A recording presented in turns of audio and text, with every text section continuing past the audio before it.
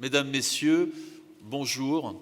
Bienvenue à la journée de l'efficacité énergétique et environnementale du bâtiment. Le but de cette journée est maintenant, chaque année, de vous donner un rendez-vous sur les sujets, les échanges, la vision des réglementations et des tendances. J'insiste un peu sur le côté tendance, parce que la réglementation, effectivement, c'est la première marche de l'escalier, il faut que tout le monde l'apprenne, mais les tendances ont un poids considérable sur votre manière de concevoir et de rénover, puisque vous êtes un public de concepteurs, maîtres d'ouvrage et maîtres d'œuvre.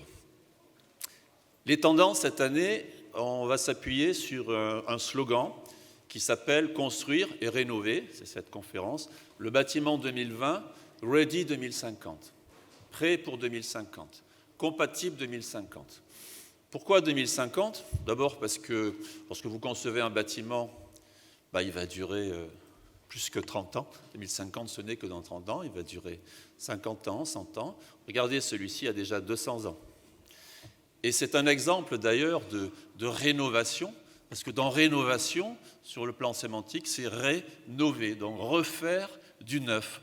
Et quand on dit rénover, on voit que finalement, dans l'acte de construire et de rénover, il n'y a pas grande différence. Vu du ciel, un bâtiment neuf ou un bâtiment rénové, c'est presque la même chose. En tout cas, sa composante énergétique et surtout maintenant carbone, qui intéresse évidemment la construction dans le neuf, mais bien évidemment l'acte de rénover, de refaire du neuf, donc est importante.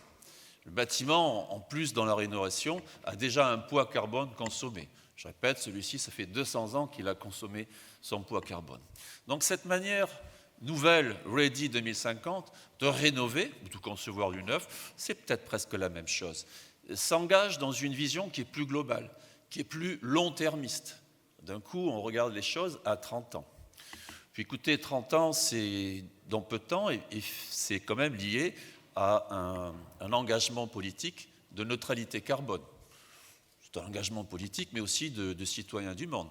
Parce que, écoutez, 2050, neutralité carbone égale défi de mieux, effectivement, construire ou rénover avec une vision, mais aussi essayer de combattre le défi climatique.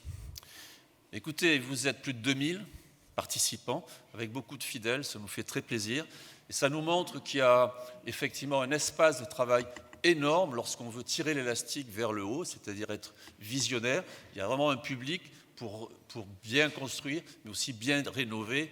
Enfin, quand je dis bien rénover, c'est avec beaucoup de bon sens et une perspective plutôt long-termiste. Il y a plus de 80 conférenciers, référents, institutionnels, architectes internationaux, ministres qui vont venir tout à l'heure en fin de journée. Et donc, ça nous fait vraiment très plaisir et ça nous encourage, en tout cas, à continuer. Je vous souhaite donc une excellente journée, plein d'échanges, plein d'intensité, plein d'énergie et le moins de carbone possible